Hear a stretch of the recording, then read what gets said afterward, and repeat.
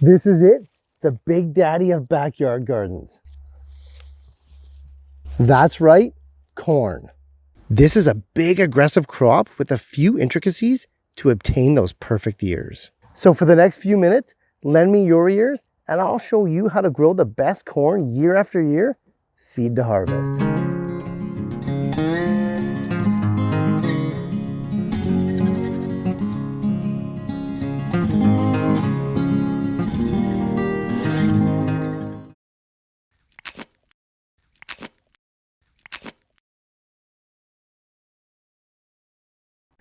Before we get started here, let's make sure that you have everything you need to grow that epic corn. Corn is a big crop, and it's planted in blocks of at least 8 to 12 stalks. Spaced at a foot apart, a minimum area of 10 square feet is usually required. The roots are relatively shallow, but a foot of soil depth should be the minimum. Also, corn loves full sun. It needs 8+ hours a day, no exceptions. Shady spots need not apply. Soil should be rich, well drained, and a neutral pH. If you can fulfill those requirements, you and your garden are definitely corn ready. Traditionally, corn is direct seeded when the soil temperatures have risen above 50 degrees Fahrenheit or 10 degrees Celsius. If your summer is ultra short, or if you intend to plant a crop extremely late in the season, you can plant starter plants to get that head start, but direct seeding these guys is far more common. So, like we said, before seeding, soil temperatures need to be 50 degrees Fahrenheit or above.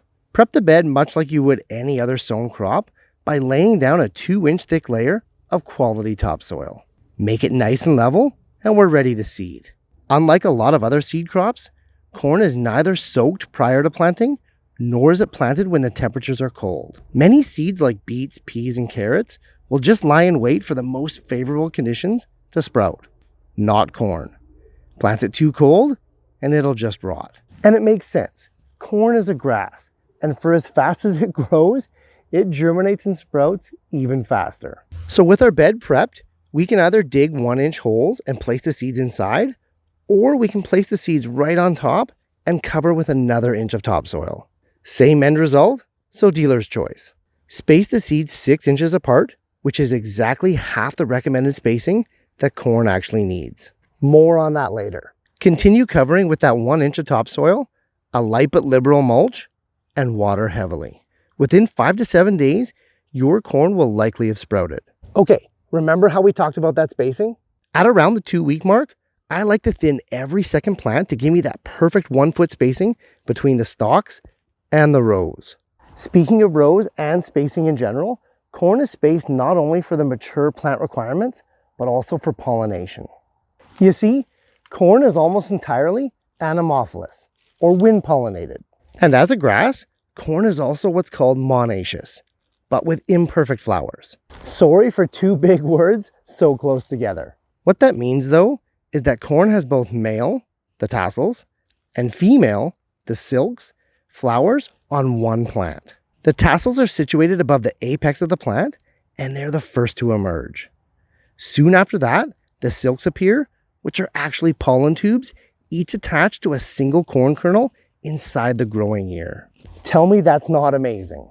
The pollen falls by gravity and wind and is caught by the silks, fertilizing the kernels, giving us that juicy corn 4 to 6 weeks later. However, it's messy business, and the tubes often go unpollinated.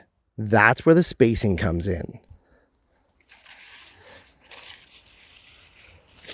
By planting at that 1-foot spacing and in neat blocks of rows, we can ensure maximum pollination, resulting in the best ears of corn. And with such a uniform crop, this is relatively easy to accomplish. For an in-depth but concise look at corn spacing, check out the Garden Quickie above. It really goes into detail over and above what we covered here today. Corn is pretty easy to care for in the 8 to 12 weeks from sprouting to harvest. It does suck up a lot of water and a healthy amount of nutrients, but other than that, it requires little care. Poor air circulation, overfeeding, and unhealthy plants can see pest outbreaks such as aphids, but those are usually symptomatic of another issue rather than an inherent causality. Keep the plants spaced, well watered from below, but not drowning them, and don't go overboard on the nitrogen fertilizers. Use a balanced dilute organic liquid feed every 3 weeks, and you're gonna be just fine. After about a month or so, the male tassels begin to form at the top of the plant. Like we mentioned, these are the male pollen-producing flowers.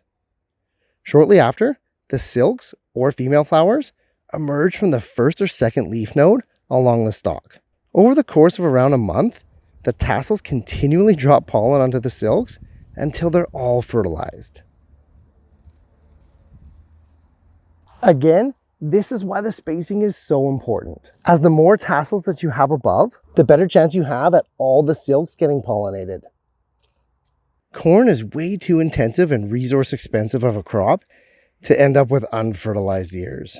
As for when to actually harvest, we get 2 clues for this.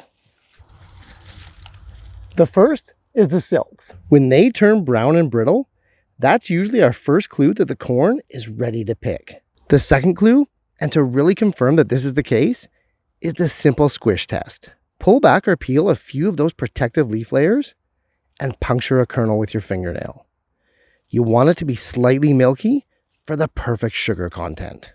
Too clear tells you that the ears are not quite ready yet, and too milky, you run the risk of the harvest being overripe and too starchy. Harvesting is easy. Simply grab the stalk and pull the ear straight down. Ripe ears will very easily just snap off. You shouldn't need to twist them, and you shouldn't need to pull. How to store corn. I get asked this question all the time, and the simple answer is, you don't. Pick corn the day that you're gonna eat it, and most certainly use corn within 2 days of harvest. If you do have to store them, however, keep them loose in your refrigerator. Put them in a plastic bag to hold in the moisture and prevent those kernels from drying out. Whew, that was a lot of information, and I think we covered it all. Instead of a traditional recap, I documented the last 3 months of this crop here of golden bantam sweet corn. Let me show you the entire process of growing corn seed to harvest condensed down into a couple of minutes.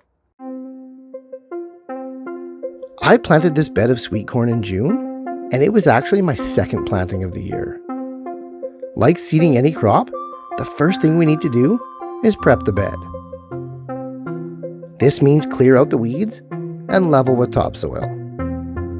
An extremely thick cover crop of rye is the current resident, so weeds won't be a problem. Just need to clear it out. Using no-dig practices, that means simply cutting it down right to the soil level. Next, I'll lay down a layer of brown craft paper, followed by a skim coat of quality topsoil. Leveled off, and we essentially have a brand new bed for planting. I spaced my corn seeds at intervals of 6 inches, covered with another thin layer of that topsoil, and mulched liberally with some straw. One good watering, and that's another successful corn crop for the books. Less than a week later, the corn sprouted with gusto. And at day 26, I trimmed the corn down to its traditional 1-foot spacing. Doing this a week or 2 earlier would have been much more desirable. The corn grew amazingly fast, as corn does, and at day 39, the male tassels began to emerge. A full 2 weeks after that, the silk started to show themselves. Pollination continued over the next 3 weeks, bringing us right to today, 83 days since we first planted.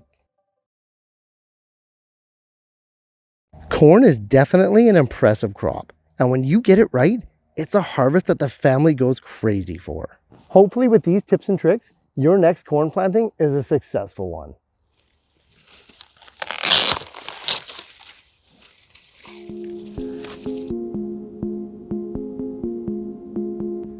Hey, thanks so much for watching, guys. I appreciate the support more than you know. And if you're getting value from these videos, please like and share them to spread the word and help your fellow gardener to grow better.